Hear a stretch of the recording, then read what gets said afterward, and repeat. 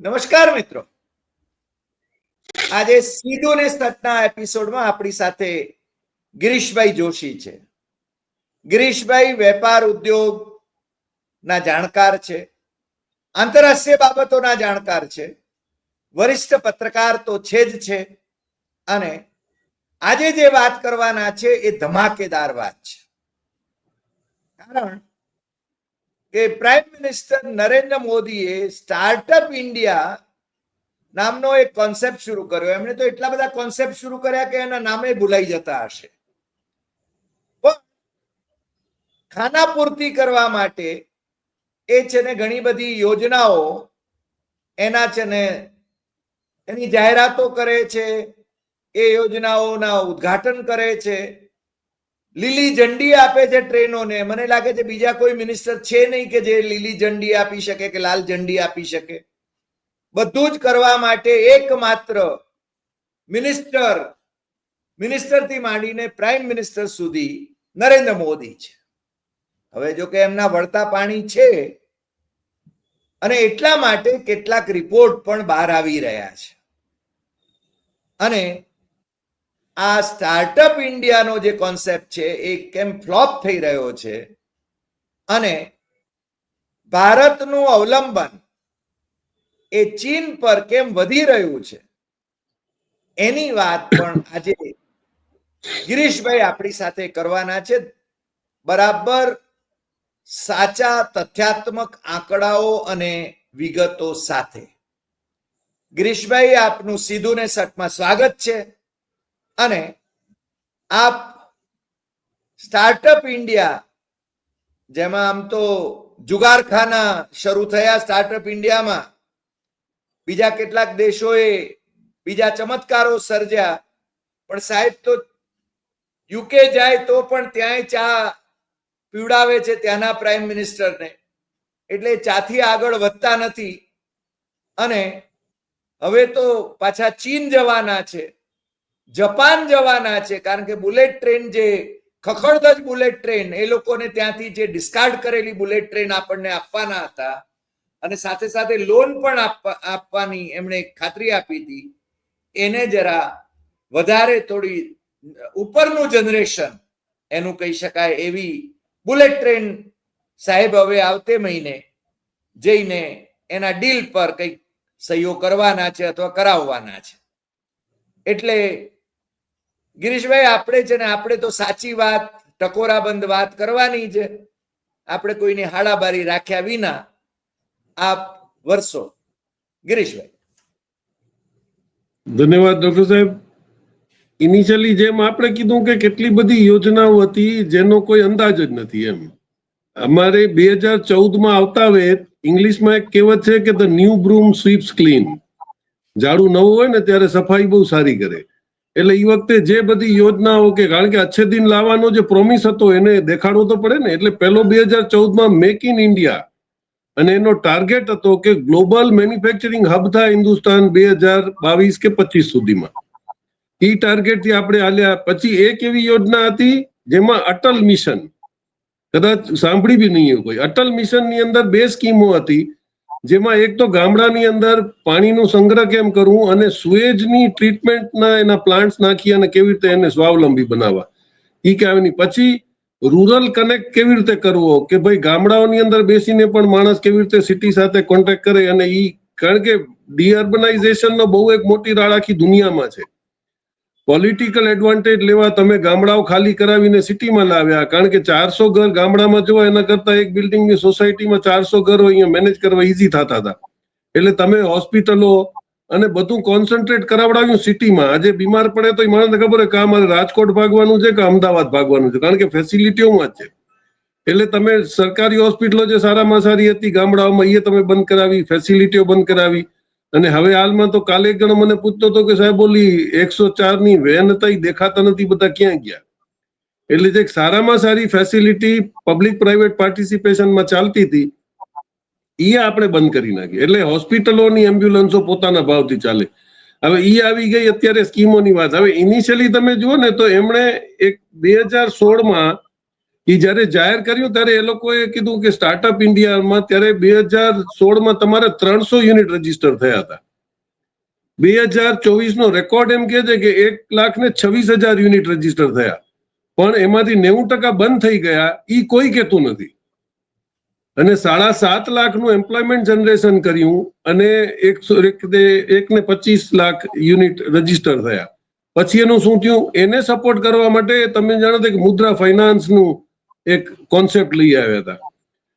મુદ્રા ફાઇનાન્સમાં initially આપણે જેમ Islamic બેંકની વાત કરી હતી કે ત્યાં એક વેન્ચર કેપિટલની સિસ્ટમ આપણી આરબીઆઈના નોર્મ્સમાં પણ છે કે હું કામ શરૂ કરું, મારી પાસે નોલેજ છે, મારી પાસે ઓર્ડર છે, પણ મારી પાસે સ્ટાર્ટ કરવા પૈસા નથી, તો મને સ્ટાર્ટ કરવા માટે વેન્ચર કેપિટલ આપવામાં આવે, જે મારી લોન હોય એનો 15% કે 20%, તો હું સ્ટાર્ટઅપ કરું. તો સ્ટાર્ટઅપ કરવા માટે તમને પૈસા જોઈએ. હવે તમે એની અંદર જુઓ તો મેન્યુફેક્ચરિંગ સેક્ટરમાં એ લોકોએ એક જે અમુક સિસ્ટમો જે રાખી હતી એની અંદર એ લોકો ઓટોમોબાઈલ, ટેક્સટાઇલ, સ્ટીલ, કારણ કે ઓટો પાર્ટ્સ અને એના આપણી મોનોપોલી હતી, આપણે કરતા એટલે એને તમે આપ્યું, પણ એનો ગ્રોથ શું થયો? એનો ગ્રોથ માઇનસમાં ગયું. એનું મોટું કારણ એ હતું કે તમે જ્યારે સ્ટાર્ટઅપ કર્યું ત્યારે તમને જે ફંડ મળતું હતું એનું તો તમારે ઇન્ટરેસ્ટ પેમેન્ટ તો બીજા મહિનાથી ચાલુ થઈ જતું હતું. ફોરેનની અંદર કે ઇસ્લામિક બેંકમાં તમને એક મોરેટોરિયમ પીરિયડ આપવામાં આવે કે ભાઈ અત્યારે તમને લોન આપી, તમારો હપ્તો 6 મહિના પછી ચાલુ થશે. ઈ દરમિયાન ઈ કમાય. પછી ડેટ ઇન્વેસ્ટમેન્ટ આપણા ઇન્ડસ્ટ્રીઝમાં મેજર થઈ રહ્યું છે કે મારે સારી જગ્યામાં જ હું ધંધો કરી શકું, નહીં તો મને માર્કેટ મળે નહીં. એટલે જો હું સિટીની અંદર કોઈ પ્રોપર્ટી રાખવા આવું છું તો મારા 25 થી 30% તો મારા ઇન્વેસ્ટમેન્ટનો ભાગ ઈ ડેટ ઇન્વેસ્ટમેન્ટ પ્રોપર્ટીમાં થાય છે. અને જો હું રેન્ટલ્સમાં લેવા જાઉં છું તો આજે 1 કરોડની દુકાનની રેન્ટલ્સ પણ કમસે કમ 45,000 ના આવે છે. તો ઈ ટકાવારી મારા પ્રોફિટ સાથે મેચ થતી નથી. મોટામાં મોટું તકલીફ એ છે કે આપણે કોઈ પણ ધંધો કરવો હોય તો એના માટે ડ્યુ ડિલિજન્સ કરાય. બેંકોને પણ તમે પ્રોજેક્ટ આપો ત્યારે ડ્યુ ડિલિજન્સ કરે. TCS એક એવી કંપની છે જે આખા વર્લ્ડની અંદર મેજર ઇન્ડસ્ટ્રીઓનું એ લોકો ડ્યુ ડિલિજન્સ કરે કે ભાઈ તમે કયા એરિયામાં કામ કરવા માંગો છો એનો હું રિપોર્ટ માંગુ. એટલે એમ કે ભાઈ આ જગ્યાએ નહીં થાય કારણ કે આવા ટાઈપની ત્યાં પબ્લિક છે, એ લોકોની ડિમાન્ડ આ માર્કેટની નથી, એટલે તમે અપ માર્કેટમાં જાઓ કે ડાઉન માર્કેટમાં જાઓ. હવે ઈ બધા કોઈ એક્સરસાઇઝ કરવા માટે આપણી પાસે કોઈ સિસ્ટમ હતી નહીં. જૂનું આપ જાણતા હશો કે ડિસ્ટ્રિક્ટ ઇન્ડસ્ટ્રી સેન્ટરો હતા, જિલ્લા ઉદ્યોગ કેન્દ્ર. જિલ્લા ઉદ્યોગ કેન્દ્ર એક ફોકલ પોઈન્ટ હતો. હું ત્યાં જઈ અને પ્રોવિઝનલ જે મને લાયસન્સ મળતું એ જ દિવસે મળી જતું અને ફ્રી ઓફ ચાર્જ હતું. એટલે હું એમ કહું કે સાહેબ અમારી પાસે જગ્યા છે, મારે વેલ્ડિંગનું કામ ચાલુ કરવું છે, એટલે મને ઈ મળે, ઈ લઈને હું બેંકમાં જાઉં. અને બેંકના પ્રોસિજર એવો હતો કે વિધાઉટ કોલેટરલ DIC-માં રજીસ્ટર થયેલા કંપનીને ઈ કોઈ દિવસ એવું શક્ય બન્યું નહીં. કોઈ પણ એક સારો વેપારી, જેને સારો કારીગર, જેને વેલ્ડિંગ કે ઇલેક્ટ્રિશિયનનું કે એને ITI માંથી પાસ કર્યું હોય કે ITI માં 6 મહિનાનો કોર્સ કરીને આવ્યો હોય, એના પાસે સર્ટિફિકેશન હોય, કામ જાણતો હોય, પણ બિઝનેસ કેવી રીતે સ્ટાર્ટ કરે? એટલે આજે બધા ક્રાઇટેરિયા હતા બિઝનેસ સ્ટાર્ટ કરવા. હવે એનું કમ્પેરિઝન હું તમને જર્મની સાથે દઈ દઉં કે આપણી બધી કન્ટ્રીઝનું GDPનું 1 થી 1.5% જ આપણે સ્પેન્ડ કરીએ છીએ ઓન ટ્રેનિંગ, અને જર્મનીને આ લોકો 6 થી 7% સ્પેન્ડ કરે છે. અને જર્મનીમાં જેટલી પણ કંપનીઓ છે એ લોકોએ પોતાના ટ્રેનિંગ ઇન્સ્ટિટ્યૂટ ખોલવા એ કમ્પલ્શન છે. અને ફેક્ટરીઓને ઇન્સેન્ટિવ તો જ મળે જો એ ગામડામાં જઈને ચાલુ કરે. એ શહેરમાં કરે તો મળે નહીં, કારણ કે એમને ગામડાને વિકસાવવાના હતા. આપણે ઊંધું કર્યું, આપણે ઇન્ડસ્ટ્રીઓને સિટીની નજીક લઈ આવ્યા કારણ કે માર્કેટ અહીંયા ડેવલપ થઈ રહી હતી. એટલે આ જે બધા ફરકો છે એની અંદર આપણે જોઈએ તો આ સિસ્ટમ કામ કરી નહીં. પછી તમે સ્ટીલ, ટેક્સટાઇલ અને ઓટો પેપર, એની અંદર 2020માં તમને એવું લાગ્યું કે નથી થતી સિસ્ટમ બરોબર, એટલે તમે 20 લાખ કરોડની એલાન કર્યા કે હવે આ મુદ્રા ફાઇનાન્સમાં તમને પૈસા આપવામાં આવશે. પણ ઈ સબસિડી નહોતી, ઈ તમારી લોન હતી. લોન હતી એટલે ઓબ્વિયસ છે કે બીજા મહિને તમારો લોડ વધી ગયો રિપેમેન્ટનો અને તમે સક્સેસફુલ થયા નહીં. પછી એવો એક રેકોર્ડ છે કે તમારે પેટન્ટ જે કરાવ્યા, માણસોએ સ્ટાર્ટઅપમાં પૈસા લઈ અને પોતાનું નવું કંઈક જે ઇનોવેશન હતું એને પેટન્ટ કરાવવા ગયા તો હિન્દુસ્તાનમાં ફક્ત 11% જ પેટન્ટ કરાવી શક્યા, બીજા બધાના પેટન્ટ ફેલ થયા. એટલે પેટન્ટ શું કામ ન થયા એના કારણો ઘણા બધા હોઈ શકે છે. એટલે આપણે જે સિસ્ટમ, હવે તમે એનો દાખલો એક આપી દઉં કે KOO કુ ચાલુ થયું હતું ટ્વિટરની બરાબરમાં. કારણ કે આપણે શું છે, જેટલા પણ સ્ટાર્ટઅપ થયા ને એ બધા નકલના ભરોસે થયા, એમણે પોતાનો કોઈ ઇનોવેશન નહોતું. આજે ઉબર બહુ સારું ચાલ્યું તો આપણે ઓલા ચાલુ કર્યું. એટલે સ્વિગી આવી ગયું તો પછી આપણે ઝોમેટોની બરોબર જોઈને સ્વિગી ચાલુ કર્યું. એટલે આપણે પોતાની જાતે કાંઈ ગોત્યું નહીં.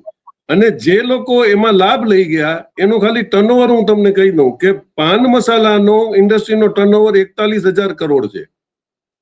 જે લોકોએ નાના પાયે ચોકલેટોનું ચાલુ કર્યું એની ફૂલ માર્કેટ બ્રાન્ડેડ સાથે 16,000 કરોડ છે. અને એની જ જગ્યાએ બિસ્કિટનો તમારો 37,000 કરોડ. એટલે પાન મસાલાના કોન્સેપ્ટની અંદર જે પૈસા લાગ્યા, પછી સરકારે કીધું કે તમે તંબાકુનું પ્રમોશન ન કરી શકો તો એ લોકોએ પાન મસાલા ફૂડ એન્ડ ડ્રગ્સ પાસે એપ્રુવલ કરી અને તમારો પાન મસાલો લેવા જાવ એટલે તંબાકુની પડીકી તમને ફ્રી આપે, એટલે એ ગુનામાં ના આવે. રાઈટ. એટલે તમે જે દૂષણ વધી રહ્યું હતું એને તમે પ્રમોટ કર્યો. સામે જે નાની નાની બેકરીની જે સિસ્ટમ્સ હતી એનો હું તમને બહુ સારો દાખલો કહું કે જ્યારે 47માં ભાગલા થયા હિન્દુસ્તાન પાકિસ્તાનના, ત્યાંથી સિંધમાંથી જે આવેલા કચ્છની અંદર વસેલા સિંધિયા એ લોકોએ પહેલું આવીને કામ કર્યું, એમણે બેકરી ચાલુ કરી. બેકરીઓનો ધંધો આજ પણ મોનોપોલીનો ધંધો છે અને ઈ સેલ્ફ સસ્ટેનિંગ છે, સેલિંગમાં છે અને ઈઝી ટુ અર્ન છે. એટલે બેકરીની જે કોન્ફેક્શનરીની જે હતી તમારે ખરેખર ઈ ચીજોને પ્રોત્સાહન આપવાનું હતું કે ભાઈ ગામડાઓની અંદર એની જગ્યાએ તમે ઊંધું કર્યું. 1900 ને મને યાદ છે કે 69 સુધી સ્મોલ ઇન્ડસ્ટ્રીઝમાં જે રજિસ્ટર્ડ હોમ કોટેજ ઇન્ડસ્ટ્રીઓમાં તમે ખાવાની આઈટમો ડીરજિસ્ટર નથી કરી કે ભાઈ ગામની અંદર ગાંઠિયા, જલેબી, ફરસાણ એ બધું ગામડાનો જ વેચે અને ગામડાની અંદર ઇકોનોમી રહે. એની જગ્યાએ તમે હિન્દુસ્તાન લીવર ને બાલાજી ને બધાને પેકેજીસ અલાવ કર્યા એટલે ઈ ધંધા ગામડાની ઇકોનોમીમાં પણ ખલાસ થઈ ગયા.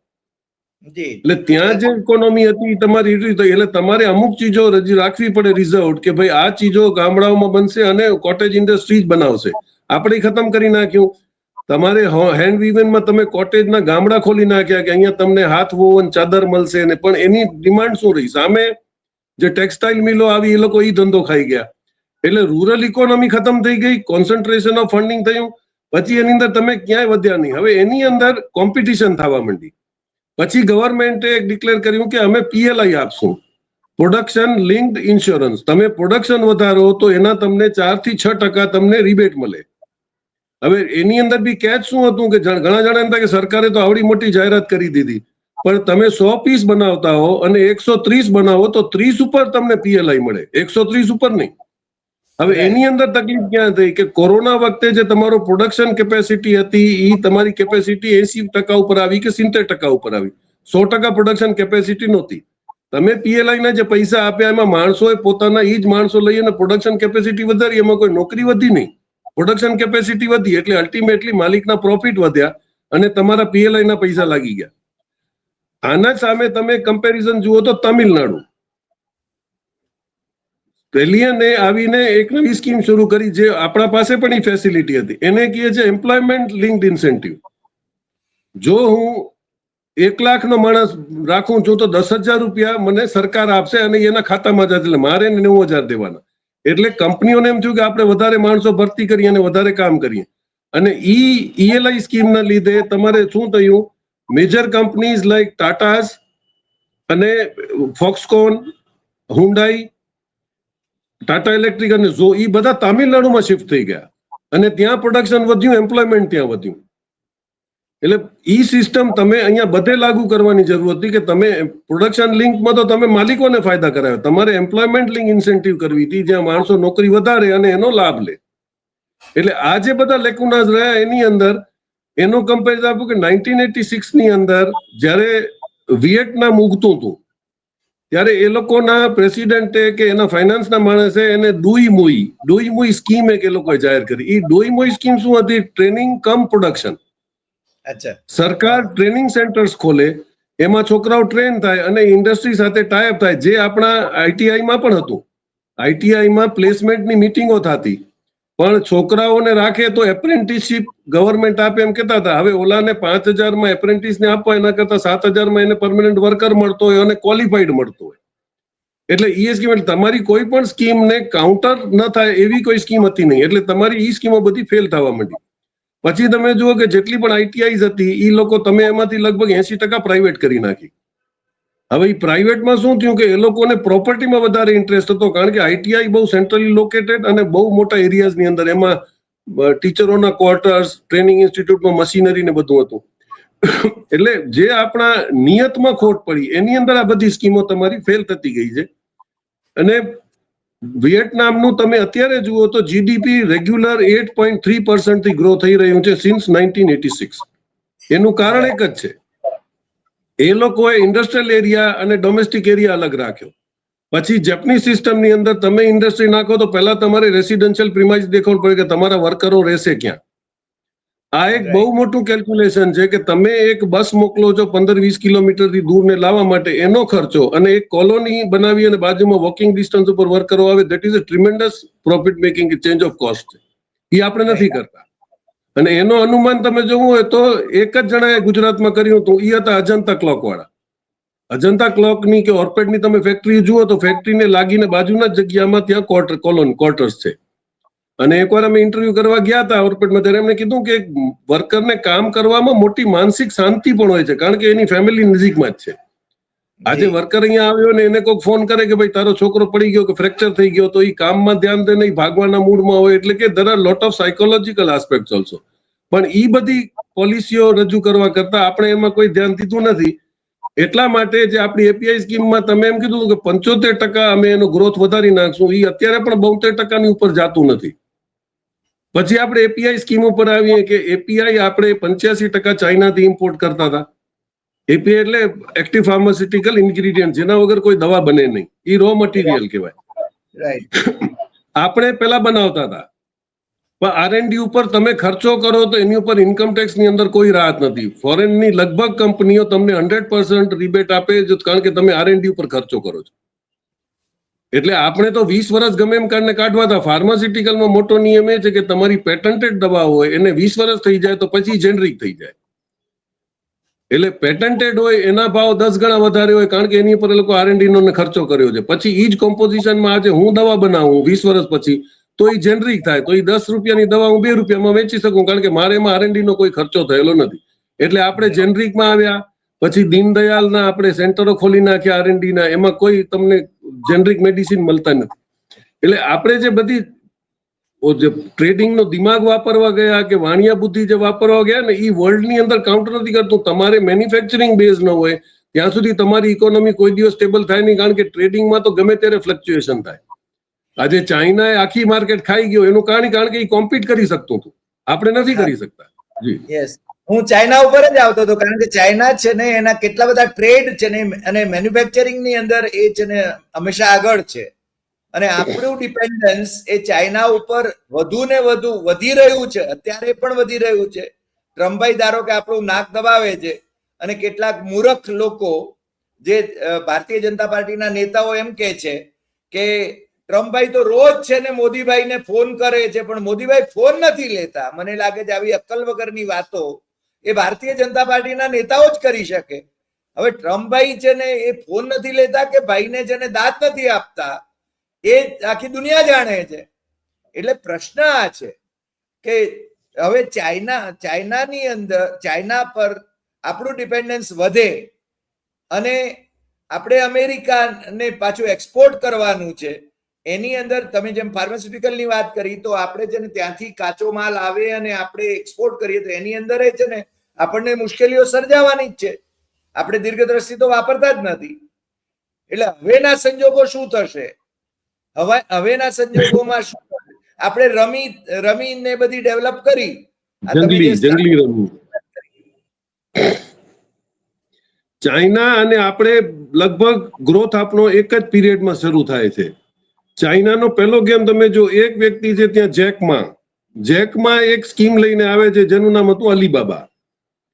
અલીબાબા જેવું ગવર્મેન્ટને લાગ્યું કે આ ગજબનો પ્લેટફોર્મ છે અને ઇન્ટરનેશનલ માર્કેટિંગ અને લોકલ માર્કેટિંગ માટે તમે જે લોકો અલીબાબામાં ડીલ કરીને, ખબર છે કે એ લોકો તમને ફ્રી આખો કેટલોગ મોકલતા, તમે ખાલી રજીસ્ટર કરો.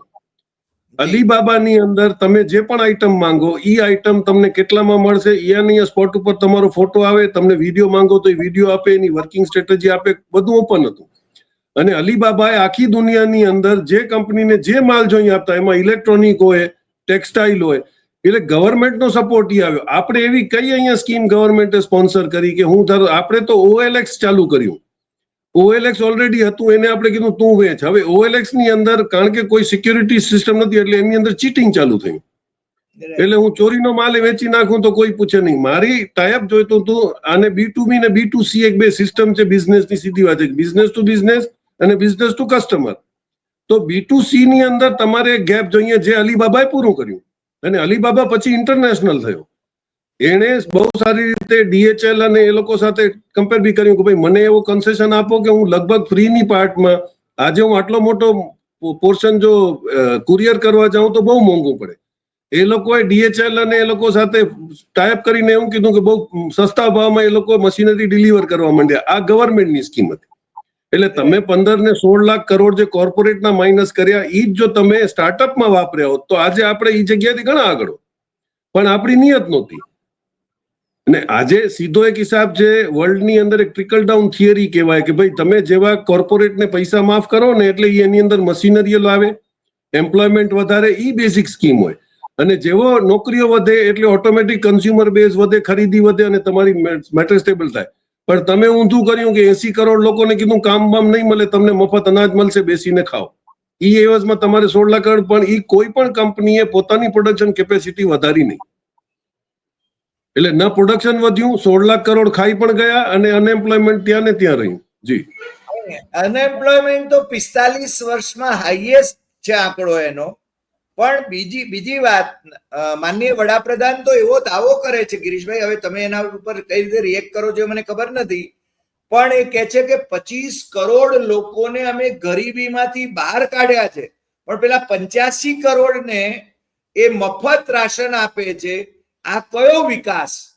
આ કઈ વિકાસની ભૂમિકા? કે આ માત્ર જેને વોટની ભૂમિકા છે? એના સંદર્ભમાં બે દાખલા હું તમને દઉં. અમેરિકાએ અનએમ્પ્લોયમેન્ટ અલાવન્સ ચાલુ કર્યું કે તમારી પાસે નોકરી ન મળે ત્યાં સુધી $2000 તમને સરકાર આપશે. એના નશેડીઓ કેટલા થયા છે? આ તો હારું અમેરિકાનો દેખાય છે. તમે ત્યાં બીજાનો વિડીયો યુટ્યુબમાં જો તમને ખબર પડે કે ગલીઓની અંદર આ નશેડીઓ પડ્યા હોય છે, કારણ કે $2000 મળે. બીજો એક લાઈવ કિસ્સો દઉં કે 26 જાન્યુઆરી 2001માં કચ્છમાં ભૂકંપ આવ્યો ત્યારે સૌથી પહેલા 2 જણ આવા વાળા આપણે વિનોદ ખન્ના અને સાહેબસિંહ વર્મા, એ લોકોએ ત્યાં જમવાની આખી એક રામલીલા મેદાન જેવું હતું, એની અંદર ચાલુ કરી. એમાં સવારના નાસ્તો ફ્રી, બપોરે જમવાનું ફ્રી અને રાતના ડિનર ફ્રી. 1.5 મહિના પછી ચેમ્બરે ત્યાં જઈને હાથ જોડવા પડે કે ભાઈ આ બંધ કરો, અમને દુકાનમાં માણસો નથી મળતા કામ કરવા માટે, કારણ કે નોબડી વોઝ ગોઈંગ. શું કામ જાય? મસ્તી ગસ્તી કર્યા બેઠા હોય, સવારનો નાસ્તો કરી લે, રખડે, વળી બપોરે જમવા પહોંચી જાય. એટલે આજે તમે મફત આપ્યા છે ને, એ તમે ઇન્ડિયાની એફિશિયન્સી કિલ કરી રહ્યા છો. એના કરતા મનરેગા જે મનમોહનસિંહે વિચાર કર્યો તો જેને વર્લ્ડ એપ્રિશિએટ કર્યું, એ રીઝન એ હતું કે તમે કામ કરો તો એ કામના પૈસા કદર થાય અને તમારે જ્યાં વાપરવાય તમે વાપશો. તમે અનાજ દો છો, એ ખાશે કે નહીં ખાય એની ગેરંટી નથી, એટલે એ વેચી નાખે. કેટલું ખાશે કે શું ખાશે કે કાંઈ એનો ચોઈસનો અનાજ નથી. એના કરતા તમે એને જો પૈસા આપો તો એ બીજું પણ પરચેસ કરે અને કન્ઝ્યુમર માર્કેટ પર થોડોક હોલ્ડ મળે. એ તમે કર્યું નથી. એટલે આ ફરક હતો કે મફતમાં તમે 80 કરોડને ખવડાવો છો, એ નામોશી છે, તમારા દેશની પ્રગતિ નથી. તમે એમના માટે કામ ગોતો. અને ઈ સ્કીમ સૌથી સારી તમે જુઓ તો કે રાજીવ ગાંધીએ જે સ્ટાર્ટ કરી હતી, દેટ વોઝ PCO. અને એના સલાહકાર ત્યારે શ્યામ પિટ્રોડા હતા. અને કેટલું મોટું એમ્પ્લોયમેન્ટ જનરેશન થયું હતું કે બિચારા અપંગ લોકો કે બ્લાઇન્ડ લોકો કે એ લોકો ગામડાની અંદર પણ PCO ખોલીને બેસતા અને સાંજ પડે સારો પૈસો કમાવતા. અને ગવર્મેન્ટ સ્કીમ હતી, એમાં કોઈ હેન્કી પેન્કી થવાનો કોઈ ચાન્સ જ નહોતો. એટલે આવી બધી જે સ્કીમો તમારે લાવવી પડે તો તમે ઉત્થાન કરી શકો. પણ હવે ઈ કેવી રીતે થાય ને કેમ થાય? અને ઈ જ મેં એટલે વિયેટનામનો તમને કે ભાઈ વિયેટનામ આટલા વર્ષની અંદર 6 થી 8% GDP મેન્ટેન કરી ગયો, કારણ કે ઈ ફેક્ટરીઓ ત્યારે આપણે લાલ આંખ દેખાડવાના ચક્કરમાં આપણે ચાઇના સાથે સંબંધ ન કેળવી શક્યા. ઈ જ ફેક્ટરીઓ અહીંયા આવવાની હતી. અને જે ભૂલે ચૂકે આવી બી ગઈ, જેવી કે કિયા આવી કે ફોક્સવેગન આવી, તો એને તમે જાતા વખતે 2012માં તમે એમને પેનલ્ટી લગાડી અને એમની આખી કમાઈ તમે અહીંયા રાખી લેવાની કોશિશ કરી, તો ઓબ્વિયસ છે કે તમારી પાસે સિસ્ટમમાં કન્સિસ્ટન્સી નથી, તમારી પોલિસીમાં કન્સિસ્ટન્ટ. તો તમારા ઇન્વેસ્ટમેન્ટ કોઈ બી આવશે વિચાર કરશે કે ભાઈ મારો જો પ્રોફિટ મેન્ટેન થતો હોય તો આવું. 5 વર્ષે તમે ગમે ત્યારે પેનલ્ટી કરો અને લઈ લ્યો. અને કર્ણાટકની હમણાં તમે વિડીયો જો વાયરલ થયા છે કે માણસો UPIમાં પેમેન્ટ લેવાનું બંધ કરી દીધું છે. એ લોકો ફાડી નાખ્યા. કારણ કે તમે ગમે એ માણસને નોટિસો ઇસ્યુ કરો એટલે ઈઝ ટુ ડુ બિઝનેસ નહીં હોય ત્યાં સુધી આપણે કોઈ પણ ઇકોનોમિક રિફોર્મ નહીં કરી શકીએ એ નક્કી છે. જી હા ગિરીશભાઈ, તમે જે છેલ્લે વાત કરી કે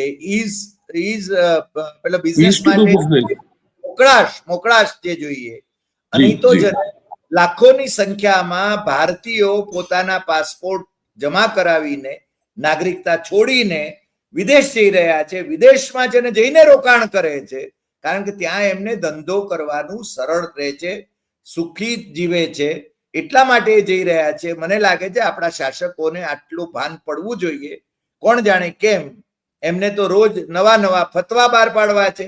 ઈડી અને સીબીઆઈ અને ઇન્કમ ટેક્સ એને જેને હથિયાર તરીકે ઉપયોગ કરવો છે પોલિટિકલ ઓપોનન્ટ્સમાં. મને લાગે છે આજે આપણે જે ચર્ચા કરી એ વાસ્તવિક ભૂમિકા ઉપર આપણે જેને વાત કરી અને દેશના હિતમાં શું થઈ શકે અને શું થયું હતું એની આપે તુલનાત્મક રીતે બહુ સરસ વાત કરી. આપનો ખૂબ ખૂબ આભાર, અને ફરી મળીશું નવા એપિસોડમાં નવા વિષય સાથે. મિત્રો, આપની કમેન્ટ્સ એ કમેન્ટ બોક્સમાં જરૂર મોકલજો, અને ગિરીશભાઈને માટેના સવાલો હોય તો પણ એ કમેન્ટ બોક્સમાં જરૂર મોકલજો, કારણ કે કેટલાક મિત્રો છે ને એ વોટ્સઅપમાં નાખે છે, પરંતુ તમે કમેન્ટ બોક્સમાં એ સવાલો મૂકશો તો ગિરીશભાઈ પોતે પણ છે ને એના જવાબ યોગ્ય તે આપશે એવું હું એમને વિનંતી કરું છું. આજે આટલી વાત, ફરી મળીશું નવા એપિસોડમાં. નમસ્કાર.